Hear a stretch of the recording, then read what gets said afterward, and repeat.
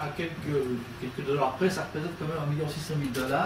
Les premiers dollars, ils sont venus d'où pour financer cette opération? C'est le gouvernement qui a... Les premiers dollars au Nord-Katanga étaient les dons personnels du chef de l'État.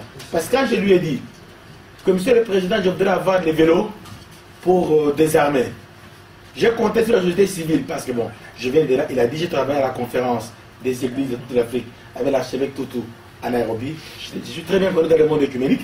C'est là où j'ai connu Lausanne à l'époque. Je suis venu au centre œcuménique ici pour une rencontre. Donc j'ai quitté le Congo, j'allais à Bruxelles. Mes amis, j'ai trouvé la solution à la crise du Nord-Katanga. Il me faut acheter des vélos. On m'a dit Mulunda, tu pètes tes pédales. C'est la folie.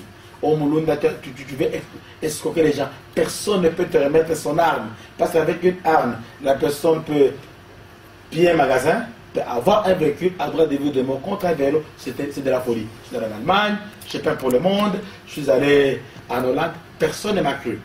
Je suis rentré frustré. Il dit, monsieur le chef de l'État, essayez de m'aider un peu seulement. Il m'a donné les premiers 200 000 $, c'était donné par lui. Et puis, je suis allé au Katanga, j'ai réuni tous mes frères du Nord-Katanga. Chez nous, il n'y a plus de route, les gens se promènent nus. Quand quelqu'un arrive dans une famille, c'est le mari qui sort avec le pagne, il parle, et la femme se cache dans la chambre parce qu'elle est nue. Et on doit encore donner le même pagne à la femme de sortie. C'est la situation chez nous, aidez-moi. Les commerçants de chez nous ont été touchés par ça. Qui m'a donné un vélo, qui m'a donné un peu d'argent, et tout ça, ainsi de suite. Et puis j'ai réuni les miniers qui investissent au Katanga. Aidez-nous à amener la paix. Vous allez exploiter les mines là-bas, et les miniers m'ont donné de l'argent. Et c'est comme cela que vous verrez les images. Dans d'autres documentaires, on m'appelle égorgeur d'armes. Les armes que j'ai recevées à l'époque, moi je les sciais. Je les sciais au grand mécontentement des militaires, je les sciais complètement. C'était financé par d'autres personnes. Et c'est comme ça que nous sommes partis. Et seulement à l'étape de Kinshasa, quand je suis rentré, tout le monde était indifférent. Et personne, et ils avaient raison, personne ne croyait que j'allais réussir à Kinshasa. Moi qui suis katangais, je viens de l'Est, connu comme ça, non. Mais j'ai passé le temps de sensibiliser, comme le gouverneur a dit. J'ai parlé avec la population, j'ai passé dans les télévisions en direct, expliquant les choses. Et finalement, la population m'a cru. Et alors à ce moment-là, c'est l'État qui a financé. Et on s'est entendu avec l'État. C'est notre argent, c'est l'argent du gouvernement, c'est les armes du gouvernement. On a fait une base de données, nous avons enregistré les armes et on les a remises au gouvernement officiellement. Ça continue à l'est du Congo. C'est le gouvernement qui continue à financer. Les locaux, non, ne financent pas, sauf aujourd'hui à Butembo. J'ai organisé un match de football, demandant que vous devez vous approprier de la paix. Vous donnez les armes, bien sûr, mais faisons un match de football avec les deux grands clubs du village. On fait un match, chacun paye 500 francs, un peu moins de 1 $, mais ce sera symbolique. Et on a fait un grand match à Butembo, les gens étaient pleins dans le stade, on a récupéré de l'argent. Et dès que je quitte ici, j'ai interrompu à cause de cette visite, je vais repartir cet argent-là, on va en acheter les armes.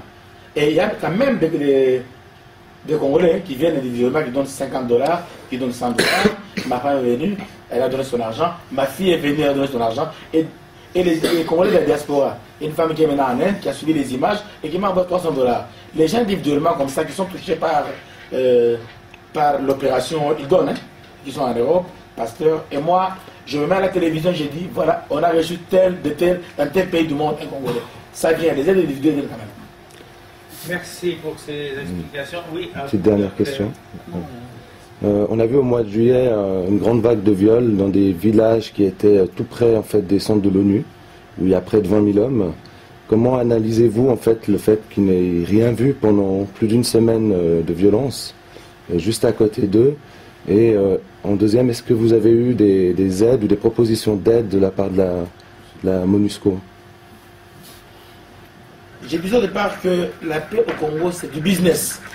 Pour la communauté internationale, je vous le dis, moi je suis ouvert en tant que pasteur. C'est la plus grande opération des Nations Unies. 1,4 milliard $ par an, budget de la MONUSCO en RDC. Tous les petits chômeurs et tous les experts du monde entier sont là-bas pour nous apprendre à faire la paix. Sans pourtant avoir nos armes. Si la MONUSCO fait un rapport que tout va bien, parce que maintenant, ils ont la pression du gouvernement congolais qui leur demande de partir. Ils étaient MONUC, ils ont changé d'émission, parce que le gouvernement demande qu'ils partent. Ils peuvent voir des histoires, ils les laissent faire. Même dans leur rapport, ils ne disent pas qu'eux aussi sont accusés de violer les femmes. Il y a les militaires de la MONUSCO qui ont violé les femmes congolaises, mais on tait toutes ces histoires-là. Donc pour eux, il faut que la situation soit mauvaise pour que ça puisse pouvoir, et pour qu'ils puissent rester au Congo.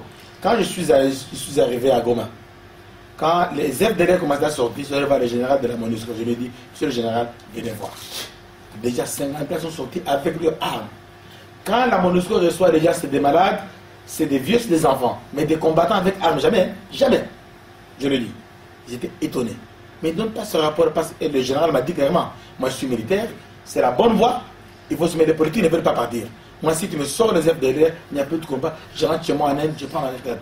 Donc il y a un problème de la MONUSCO, et vous ne donnera pas un bon rapport du pareil. Non, c'est des aventuriers, si c'est là, ils perturbent l'ordre, parce qu'ils veulent rester au Congo, ils veulent prouver que ça ne marche pas au Congo. Et le pareil dit c'est la formule congolaise qui marche. Et c'est pourquoi nous faisons nos opérations devant la télévision, et parfois c'est transmis en direct.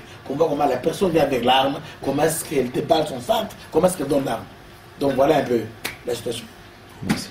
Merci. Je crois que M. Gauche aura votre question. Oui, M. Grossman, Oui. les mauvais gens diront qu'avec l'argent que vous avez, vous pouvez bien faire ce genre de parrainage et aider.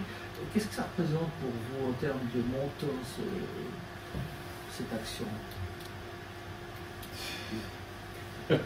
Le groupe Horus, c'est une jeune marque qui n'a que 2 ans. Je suis né en période de crise. C'est-à-dire que j'ai créé ma marque le 12 juin, je l'ai annoncé le 12 juin 2008. Vous connaissez le milieu de l'horlogerie, moins 60% en 2009.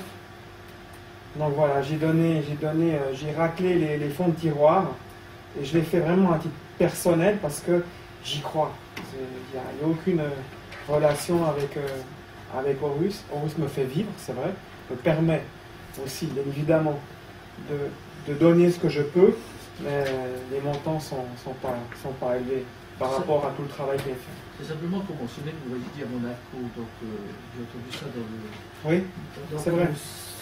Ça allait supposer qu'il y a quand même certains avantages. Certains avantages, pourquoi ça a été fait, pourquoi je me suis installé à Monaco. On fait juste une aparté d'Horus, puisque c'est le sujet qui est lié à Monaco et pas aujourd'hui. C'est-à-dire qu'une marque comme ça, du sur-mesure, soit dans la haute horlogerie, la joaillerie ou la maroquinerie, je trouvais que l'image liée à Monaco, puisqu'Horus est une marque monégasque à la base, était mieux appropriée dans ce microcosme que de m'installer, de démarrer ici. Ensuite, j'ai suivi très rapidement, puisque j'ai des ateliers maintenant d'horlogerie, de joaillerie, et un magasin également à Montreux. Et puis vous savez, il y a aussi peut-être autre chose, ça je le dis, puisque j'ai le privilège d'être à la fois Montreusier et membre de la direction du groupe de presse Corum à Genève, qui a notamment des revues horlogères comme ou une horlogerie et des revues de luxe comme notamment hors ligne. Lorsqu'on véhicule les images du savoir-faire helvétique, il se fait dans des lieux comme Monaco, comme Montreux aussi, plus modeste, mais quand même aussi Montreux, et non pas à Goumois-le-Jeu ou à Frauenfeld. Donc c'est ceci aussi. Alors je crois qu'effectivement, il est peut-être dans le film, je crois que c'est dans le film qu'on a effectivement entendu ça, pas très heureux, parce que ça véhicule un vieux cliché que si vous avez beaucoup de sous, vous allez habiter à Zug et à Monaco, parce que c'est un peu des mythes, et il y aurait peut-être un autre débat qu'aujourd'hui, il y aurait peut-être toute une réflexion à faire là autour. Je crois que si vraiment c'était le cas, il y aurait encore beaucoup plus de monde à Monaco et à Zug que ce qu'il y a actuellement. Alors voilà ce que je voulais dire. J'aimerais par contre revenir sur autre chose. Monsieur le révérend a dit une chose qui m'a touché personnellement, il a parlé de la formule congolaise. Je trouve que c'est joli, que c'est sympa, puis ça donne une bonne image aussi à ce pays qui a été trop longtemps décrié. Mais en même temps, est-ce qu'il n'y a pas peut-être là aussi un espoir de voir la formule congolaise, donc la formule africaine en quelque sorte, pouvoir servir des pays comme l'ex-Yougoslavie, parce que c'est un cas que je connais un tout petit peu mieux que le Congo, pour avoir été comme journaliste là-bas il y a quelques années en arrière, et il y a aujourd'hui encore énormément d'armes en Serbie, au Kosovo, etc. Alors est-ce que ce modèle-là, vous avez parlé de l'Afghanistan avant, ne pourrait peut-être même pas être exporté en Europe, ce qui ferait une nouvelle réflexion dans les rapports Nord-Sud. C'est un petit peu la question que j'aimerais vous voir développer. Non, je pense que c'est ça l'importance pour nous d'avoir le pareil installé en Suisse ou bien en Europe.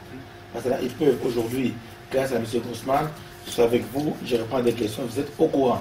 Et la nouvelle va passer. Dernièrement, nous avons été invités à Nantes, à l'Assemblée générale des droits de l'homme à Nantes. On était là, on a exposé, parce qu'il y avait des objets d'art fabriqués à partir des armes qui ont été récupérées. Il y a une délégation officielle de l'Afghanistan qui est passée à notre stand. Je suis très étonné, finalement, les soirs, ils nous ont invités, c'était des officiers, ils ont dit en tout cas, si on vous invite chez nous, à venir expliquer ce que vous faites vous, est-ce que vous serez prêt à venir? Moi, déjà passé par notre gouvernement, on serait prêt à venir, à partir de l'expérience. Ils sont prêts à la partager ici. Parce qu'il y a un problème, d'abord, il faut qu'il y ait une complicité entre le parrain et le gouvernement. Ça, c'est le plus important. Et les services de sécurité et la police. Même si on décrit notre police, notre armée n'est pas payée, vraiment, elle a prouvé sa discipline. Parce que si on arrête quelqu'un, ou bien si elle a déposé une arme et qu'on a poursuivi, le message passe partout et les gens cachent leurs armes. Il y a eu cette complicité entre les services de sécurité. Et je leur ai dit, c'est mieux que vous soyez vous-même armés et que les autres ne puissent pas avoir cette force-là. Tolérer, accepter, on a l'amnistie du gouvernement, on ne les arrête pas. Et là, c'est important. Chez nous, ça marche. On peut voir quelqu'un qui amène l'arme. Et la police, s'il a beaucoup d'argent. Je me rappelle un jeune à Lemba m'a amené beaucoup d'armes avec des armes lourdes. Il avait plus de 3 000 $. C'est notre police qui l'a transporté et il l'a déposé chez lui. Ah oui, ça c'est trop bon. Donc ça aussi, c'est important. Merci pour cette précision. Je voulais l'apporter parce qu'effectivement, si on prend le cas de pays comme la Serbie, il y a beaucoup de gens qui gardent des armes parce qu'ils se disent si le voisin devient désagréable et tout, au moins on est armé, je veux dire. Il n'y a pas que M. Frasinger qui a un fusil d'assaut sous son lit en Suisse, pour prendre un exemple connu dans le Conseil national qui défraye un peu parfois la chronique et qui se trouve être un avis personnel. Mais je veux dire, c'est vrai que la réflexion, je trouve intéressante parce qu'on part d'un endroit pour aller à d'autres endroits. J'ai vu une main se lever, M. Bourgeois. Oui, vous avez dit que certaines de ces armes, probablement la plupart, ont servi à des exactions ou à dévaliser des magasins. Est-ce que l'échange armes, armes, argent, amnistie, est-ce qu'on voit comme ça? Oui, oui. Alors, il l'a dit tout à l'heure. La personne qui est là, même si elle a fait